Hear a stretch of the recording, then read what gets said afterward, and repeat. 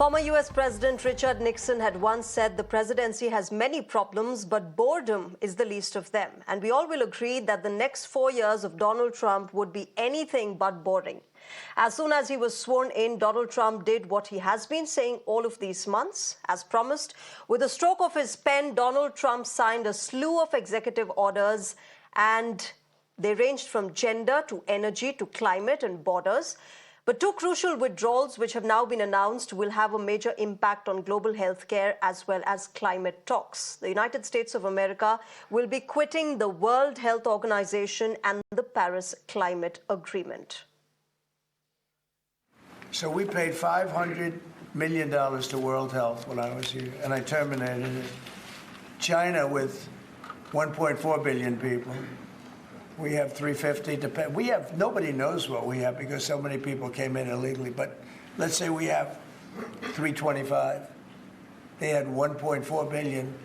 They were paying 39 million, we were paying 500 million. It seemed a little unfair to me. Withdrawal from the Paris Climate Treaty.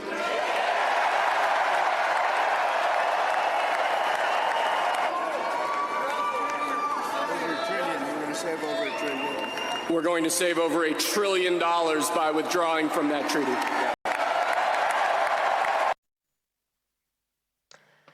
So under Trump 1.0, remember, the United States had quit the climate agreement, but leaving the World Health Organization in action is a first. Trump has accused the Global Health Agency of mishandling the COVID pandemic and criticized its inability to demonstrate independence from the inappropriate political influence of WHO member states, signaling towards Xi Jinping and China.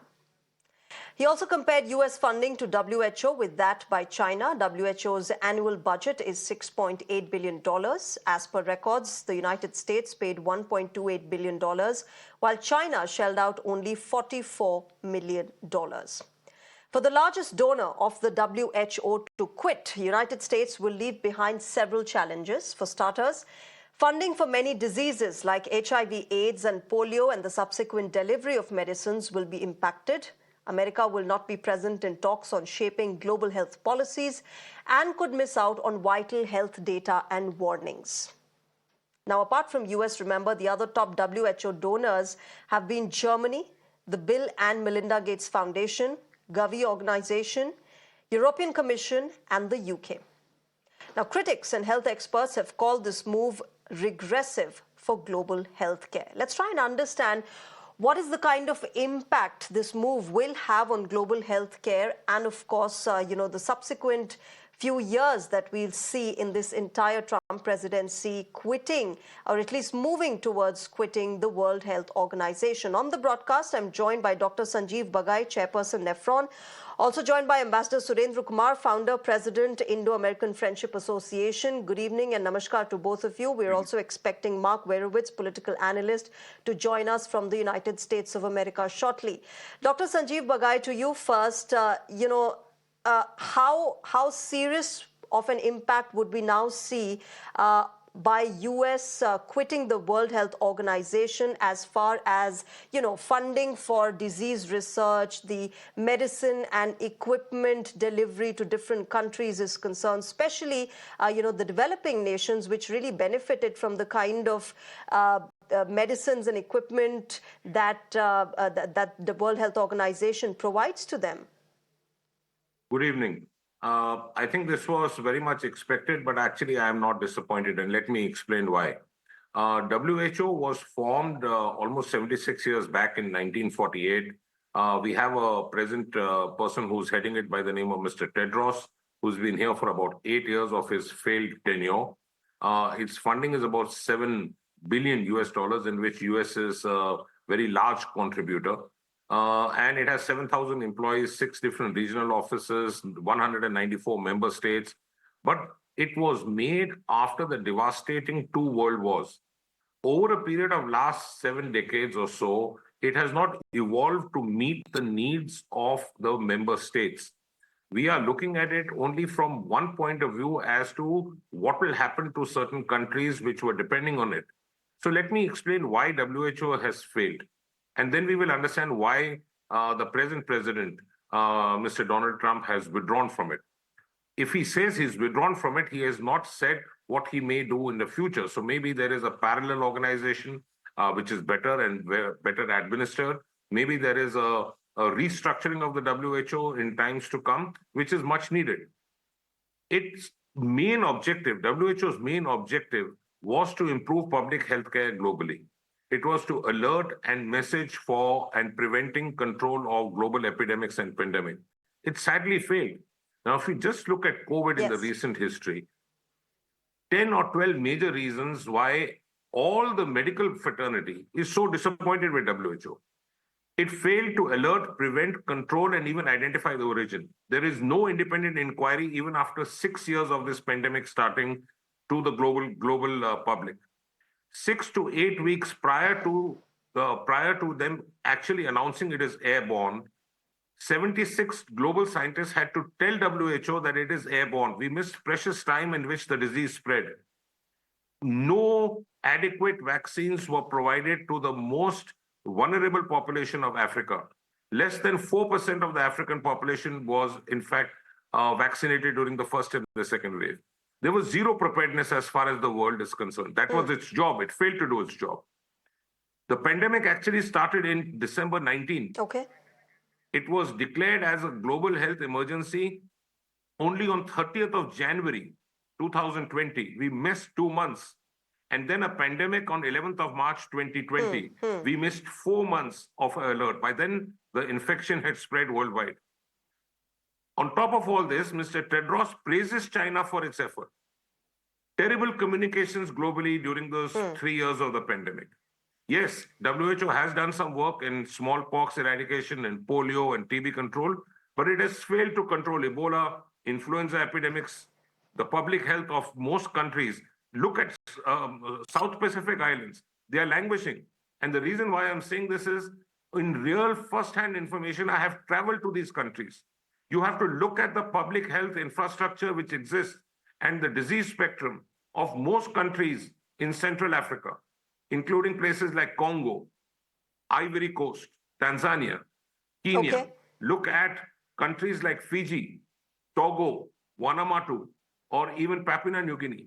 They are way behind. They're at least 40 years behind global standards. What has WHO done?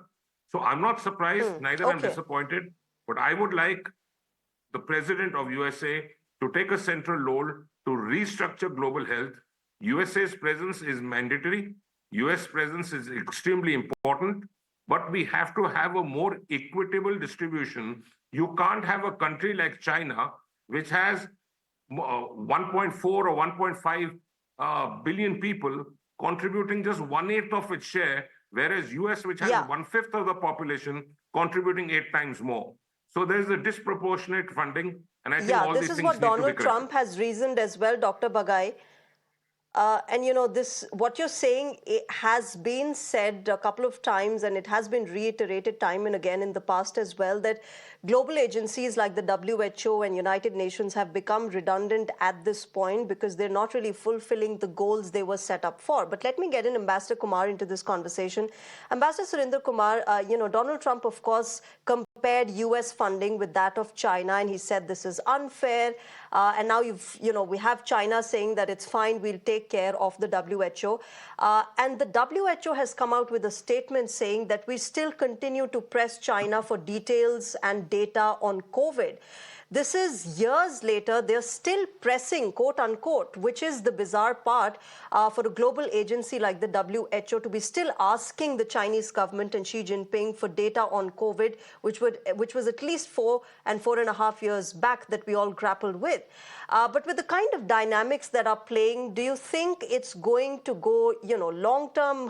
What sort of an impact will it have? And will China sort of cave into this pressure by the United States of America? Listen, I will go along with the last part of this statement of the previous speaker. That means this is an organization where we need the presence of US. The largest economy, the most advanced country, the most advanced in many ways, its presence is very much needed there.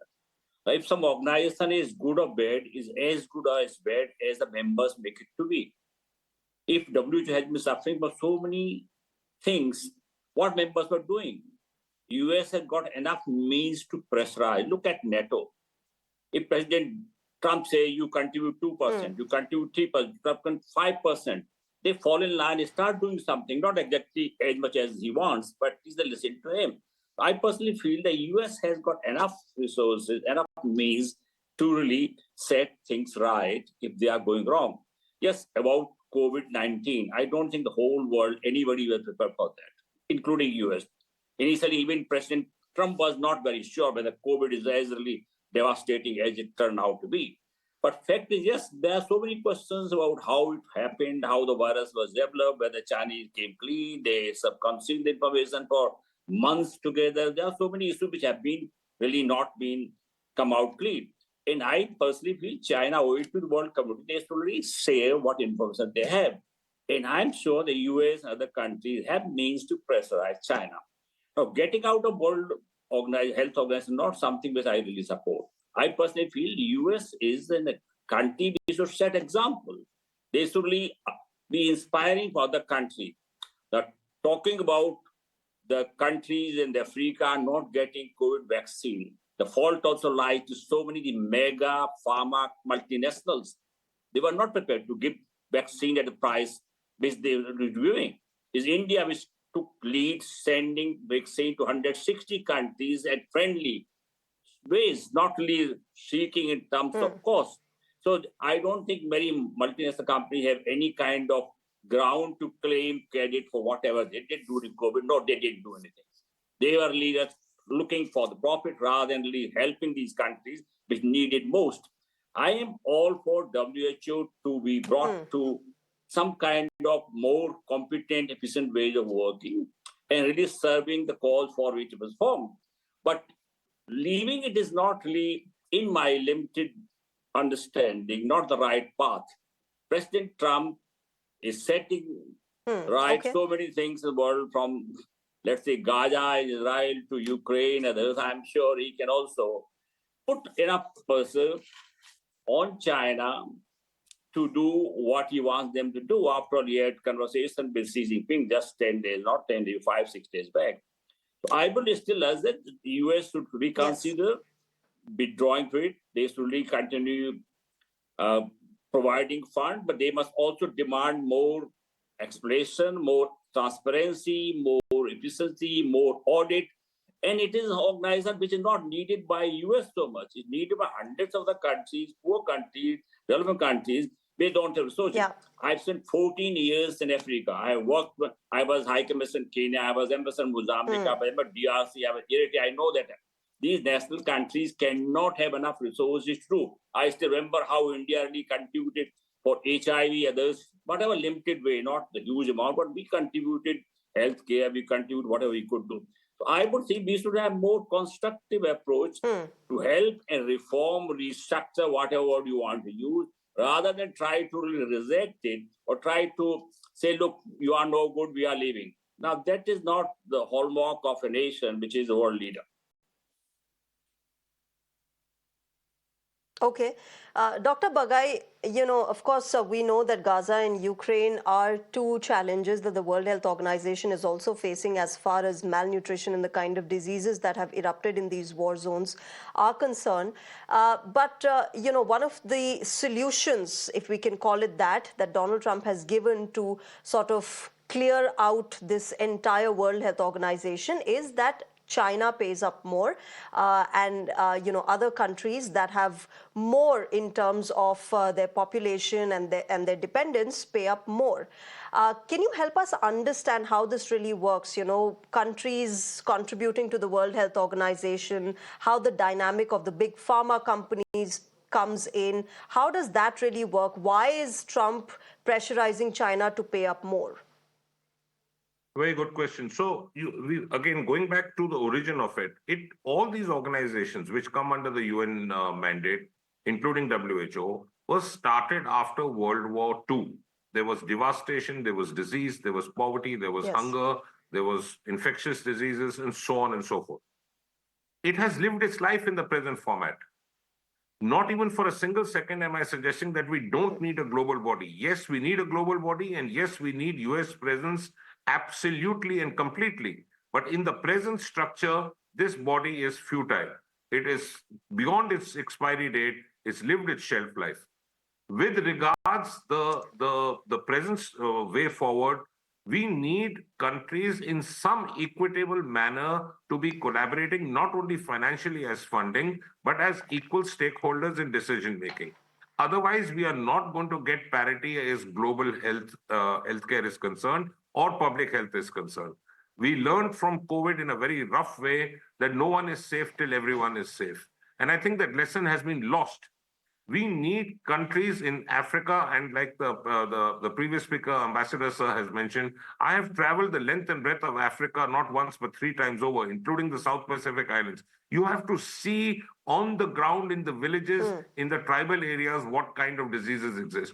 People just die. Now, if the purpose of WHO was to improve global public health care, they have failed. In the present format, can they succeed? Probably not.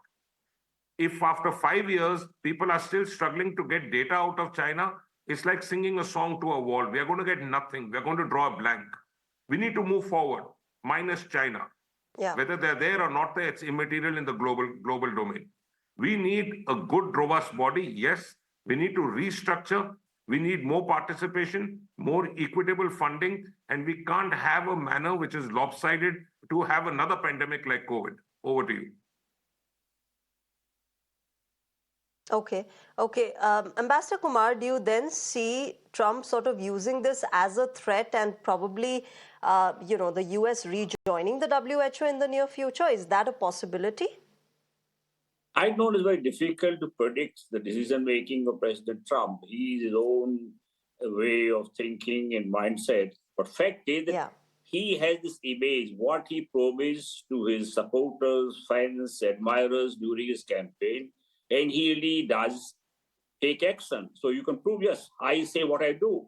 Like in India, Prime Minister says Modi ki guarantee. Now he's a Trump ki guarantee. You said something, you do it. It's a public statement to his supporter, which certainly raises his profile. I don't know. I personally feel that he has been a very successful billionaire businessman. And business, this is a kind of always negotiating things. You put maximum pressure, then you come down to some kind of level when you start negotiating. Other side also opens karma. In this case, WHO has no card to face. The WHO will be guided by the kind of support or lack of it from the member country. China is the second biggest, largest economy in the world, the second largest population. You take any parameter, any kind of decision making, whether we like Chinese, don't like them, they have not democracy, no democracy, where press freedom may not be, at least freedom may not be. All those things which we really normally see in Western democracy, we have not seen it. But you just can't ignore it. It's a fact of life. US tried its best to decouple economy, couldn't do it. De-risking, couldn't do it. We have to find a kind of working, functional relationship with them, involving them more and more. And I agree with the previous speaker, yes, all more countries should be having greater say in decision-making WHO. Same is the case with the UN. We have been saying so many years, India should have been their Security Council. Why not? We are still waiting because there are still means and ways of really stopping it, stalling it, delaying it, whatever. But I am not really saying that. I would simply express my hope that President Trump reconsiders his decision, at least put maximum first, try to improve, try to restructure, try to put in more sense in the organization and make it more workable, more efficient, more result-oriented. Then trying to walk away, because walking away will not really harm as much. WHO should help millions of other African, as previous speaker saying, in African country and the country who depend on WHO. So whom are we punishing? By going Ambassador out Kumar, before we wrap up, I also want to take your focus. I also want to take your focus to the other withdrawal that Donald Trump has done. That is, once again, the US is going to be leaving the Paris Climate Accord. But here, at least in WHO, he's put the onus on China. But in Paris Climate Agreement and in climate talks, shouldn't the developing countries be taking the responsibility? Shouldn't the US be leading climate action? Because they are the ones who have exhausted their resources. They can't shun their responsibility by just walking away from the Paris Agreement. I'm entirely with you. US really set example of being good member controlling climate change. Look at what happened in California. We have evidence. Fire goes and on and on. We have floods in US, flood in many countries. Climate change, climate global warming consequences are for everybody to see. And just okay, again he can say I said so, I have done it. He had really withdrawn earlier also. But fact is, should it be? I don't think so. Only good grace says that in the US, in spite of the government withdrawing from the climate, the Paris Agreement, the states, the big companies, they have their own commitment, they have their own intent to continue following green energy, green way of really producing things. And that will, so you can, withdrawal could slow down a bit, but it cannot really stop the kind of thing which are being done. Because there is greater realization on the part of many countries. President or Vice President Al Gore is still working on this climate change for so many years. This is awareness is there. I'm sure President Clinton, President Trump withdrawing from climate agreement, Paris, it will delay, it will slow down, but it will not stop it, because I'm sure other countries, but certainly when you don't have funds coming, when you don't have support for the kind of transport technology you fund to developing countries transition from the fossil fuel to the other renewable sources, it will have negative impact. But I personally feel that in Europe as well as in the US, there are many sectors where the awareness is there, and the states and cities and companies are continuing and will continue to follow going forward, and really adopting more technologies which will help in controlling climate change. Okay. We'll leave it there, Ambassador Kumar and Dr. Bagai. Thank you very much to both of you gentlemen for joining us on Global Mirror and helping us understand the impact of Donald Trump's decisions. He's also threatened to quit the NATO if other countries don't pay up, so we'll have to wait and watch what the President of the United States does in the next few weeks. It's going to be a tumultuous ride, not just for America, but for the entire world. But thank you very much to both of you for joining us and sharing your perspectives. With that, ladies and gentlemen, it's a wrap on Global Mirror. News and updates will continue. Thank you very much for joining us tonight. Bye-bye.